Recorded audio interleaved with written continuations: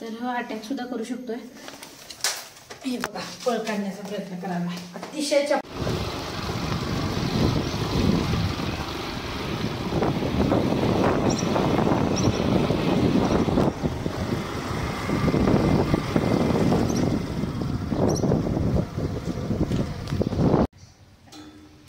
वडगावमध्ये किल्ल्याच्या समोरच हे घर आहे आणि इथं साप नेहमी येतात, नेहमी म्हणजे आणि बघू शकता वातावरण कसं आहे आणि आजूबाजूचा परिसर असा असल्यामुळे इथं भरपूर साप आहेत। आजूबाजूला शेती आहे आणि असा पाण्याच्या ठिकाणी वगैरे आणि समोरच केले हॉस्पिटल आहे। तुम्हाला सुरुवातीला सुद्धा व्हिडिओमध्ये मी दाखवलंच। तर असा काही परिसर आहे, तर अशा ठिकाणी भरपूर साप असतात। कसं काय दिसलं ते बसायला गेले हे खुर्चीमध्ये, हे अचानक दिसलं। म्हणजे सकाळी खिडकी ओपन केलेलं तिथून जायला वाटत होतं। हा त्याने ह्यांच्याकडे नेहमी साप येतात आणि हे कुटुंब असं आहे की त्या साप आलेला म्हणजे लोक गावगोंबाला शेतपेटाळा करतात, पण असं न करता ह्यांनी शांतपणे डिसिजन घेतात आणि आम्हाला बोलवतात। आता सुद्धा आम्ही बाहेर आलेलो, कोण पण दिसेना, म्हणजे साप आलाय की नाही नक्की हे पण समजलं नाही।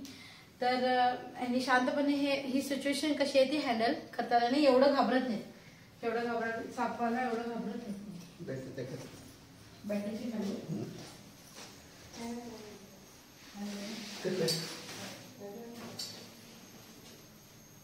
इकडं काय मोठ्या बॅटरीच्या ते चालू नाहीये ना, बंद करू काय? बंद करू, इथं बंद करूया।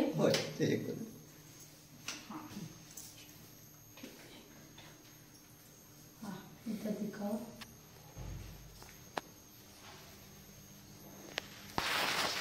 आणि कल्पना सुद्धा नव्हती की हा साप असेल। हा धामण जातीचा साप आहे मित्रांनो आणि कशा पद्धतीने तो बॅटरी खाली बसला तर मी बघू शकता। ओळखला सापाला? कोणता साप आहे समजलं? बहुतेक तो सापच असणार। नाही कोणता साप आहे समजलं नाही काय? ठीक आहे, ही बॅटरी काढूया। नाही ठीक आहे, बघू शकता बंद जागेमध्ये धामण जास्त प्रमाणात अटॅक करायची शक्यता असते। हे असे चौकशी डोक्याला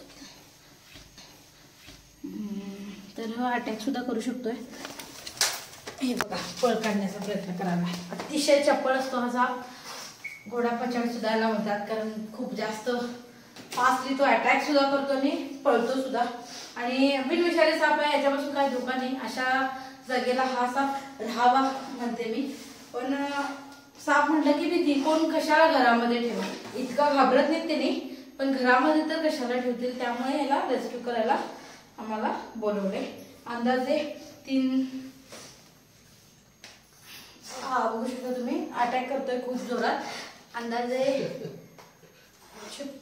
बहुत खतरनाक काटा है। हे बघू शकता तुम्ही कसं पकडलं त्यानं माझ्या टी शर्टला, खूप जोरात तो अटॅक करतो, उडून म्हणजे असं तोंडावरती वगैरे जास्त अटॅक करतो। किती वेळा अटॅक केला बघू शकतो, 3 ते 4 वेळा त्यानं मला अटॅक केला। अंदाजे 3 वर्षाचा धामण जातीचा साप आहे, बिनविषारी असतो म्हटलं मी काही। तुम्ही बघू शकता घर एकदम म्हणजे आरसीसी बंगलो आहे आणि त्याच्यामध्ये सुद्धा म्हणजे अशा टाइल्स वरती सुद्धा साप येतात की नाही हा लोकांचा प्रश्न असतो। तर येतात, बघू शकता आता हेच उदाहरण आहे। साप येतात, नाही येत नाही म्हणत नाही मी, फक्त त्याला चालताना थोडस त्रास होतो, त्याला व्यवस्थित चालायला याच्यावरती येत नाही आणि कुठं घरामध्ये आत सुद्धा साप येऊ शकतात, तर सांभाळून राहायला पाहिजे। जहरीला काटा होता है बोलते हैं लोक म्हणतात की हा साप तोंडाने चावत नाही, त्याच्या शेपटीमध्ये काटा असतो असं म्हणतात। तर हा साप मला शेपटीने अटॅक करत नाही, लक्षात घ्या तुम्ही। सारखं मी दबायचा का प्रयत्न करायला, हा तोंडानेच अटॅक करायलाय, म्हणजे शेपटीमध्ये कुठला काटा वगैरे काय नसतो। कोणताही साप राहू दे, त्याचं जे तोंड असतं त्यानंच तो अटॅक करतो। तर बघितलं तुम्ही किती वेळा तो अटॅक केला, हा स्वभावावरती डिपेंड आहे। हा थोडासा रागीट आहे, त्यामुळे जास्त प्रमाणात तो चावायचा प्रयत्न करायला। हा साप शक्यतो जास्तीत जास्त उंदरं खातो आणि उंदरांचा बंदोबस्त करण्यासाठी या सापाचा खूप जास्त उपयोग होतो।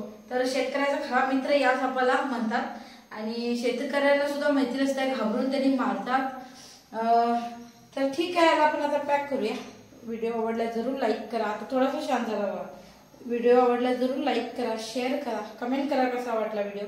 स्नेक सेवर शिवानी जो माझा यूट्यूब चॅनल आहे, सबस्क्राईब केला नसेल प्लीज सबस्क्राईब करा.